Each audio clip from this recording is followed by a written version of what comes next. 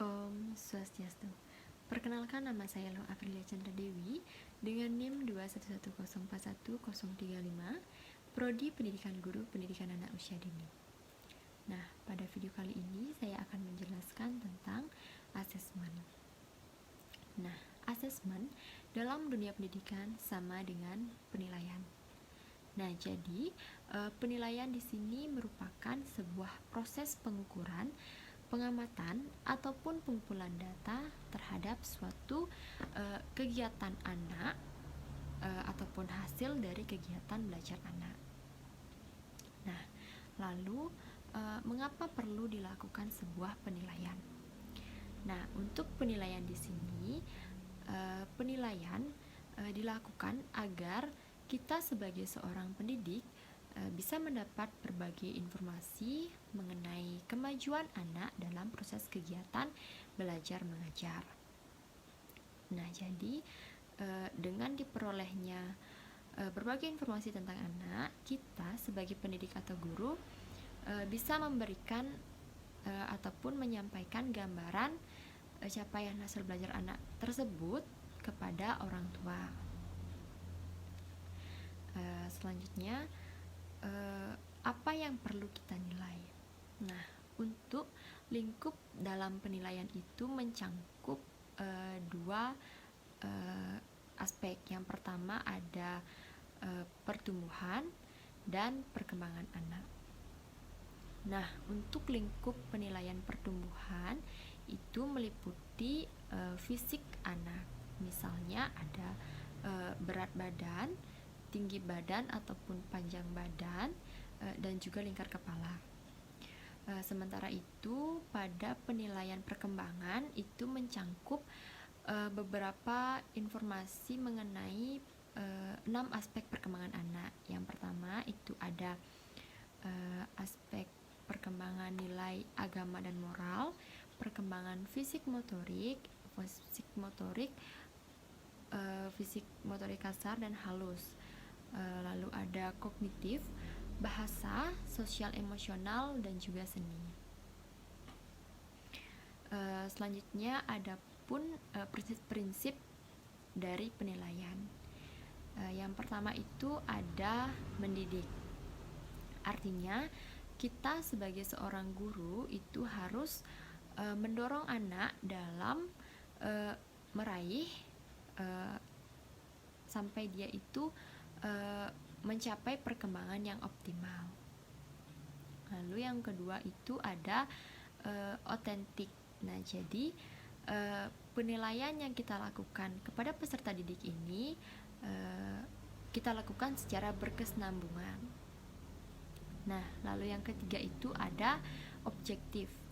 Nah, untuk objektif ini artinya penilaian yang kita lakukan ini harus didasarkan pada indikator capaian perkembangan anak yang meliputi 6 aspek tersebut. Jadi ada aspek agama dan moral, kognitif, seni, fisik motorik, seperti itu.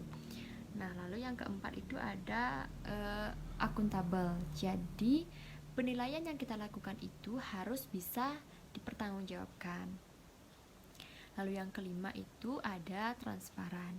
Jadi hasil penilaian yang kita lakukan ini yang kita sudah lakukan sesuai prosedur itu harus bisa diakses oleh orang tua atau bisa kita sampaikan kepada orang tua. Nah, untuk penilaian kepada anak ini bisa kita lakukan melalui 3 cara. Yang pertama itu ada melalui checklist, catatan anekdot, dan hasil karya. Untuk yang pertama itu ada checklist. Nah, jadi checklist di sini itu adalah kita menulis beberapa indikator dan kita menandai ketercapaian indikator tersebut dengan sebuah tanda ataupun simbol tertentu, misalnya seperti tanda centang. Nah, pada checklist ini itu ada beberapa skala yang perlu diperhatikan. Yang pertama itu ada BB yang artinya belum berkembang. Nah, jadi bila anak itu melakukan melakukan sesuatu itu masih harus dengan bimbingan atau dicontohkan oleh guru. Nah, lalu ada MB yang artinya mulai berkembang. Jadi anak itu melakukan sebuah kegiatan itu masih harus diingatkan oleh guru. Nah, selanjutnya ada BSH yang artinya berkembang sesuai harapan. Jadi anak itu sudah bisa melakukan kegiatan itu secara mandiri dan konsisten. Jadi sudah tidak diingatkan lagi ataupun dicontohkan oleh guru. Nah, selanjutnya itu ada BSB yang artinya berkembang sangat baik. Nah, dalam BSB ini anak itu sudah dapat melakukan kegiatan itu secara mandiri dan juga sudah dapat membantu teman juga untuk melakukan sebuah kegiatan. Nah, jadi ini adalah salah satu contoh checklist yang dibagi menjadi checklist per kelas dan juga checklist per anak. Nah, jadi formatnya seperti yang digambar itu ada 6 indikator pencapaian anak, lalu indikator capaian perkembangannya, lalu ada 4 skala, lalu ada centang untuk di checklist per anaknya. Untuk checklist per kelasnya itu kita balik saja, untuk namanya kita taruh di atas, lalu di bawahnya itu ada 4 skala perkembangannya. Untuk selanjutnya ada catatan anekdot. Nah, jadi catatan anekdot ini merupakan sebuah catatan yang berbentuk narasi singkat yang menjelaskan perilaku anak yang penting bagi guru terkait dengan pertumbuhan dan perkembangannya. Nah, catatan anekdot ini digunakan untuk mencatat seluruh fakta ataupun menceritakan situasi apa yang terjadi dan apa yang dilakukan ataupun yang dikatakan anak. Nah, catatan anekdot ini biasa juga disebut sebagai jurnal kegiatan harian anak. Jadi, catatan anekdot ini mencatat kegiatan anak selama melakukan kegiatan setiap harinya. Jadi, untuk hal-hal pokok yang dicatat dalam catatan anekdot itu meliputi ada nama anak, terus dicatat juga perkembangannya, kegiatan apa yang dilakukan, ataupun pembelajaran apa yang diikuti anak, dan perilaku serta pun ucapan yang disampaikan anak dalam sebuah kegiatan tersebut. Dan juga biasanya dalam catatan anekdot ini disertakan sebuah dokumentasi berupa foto.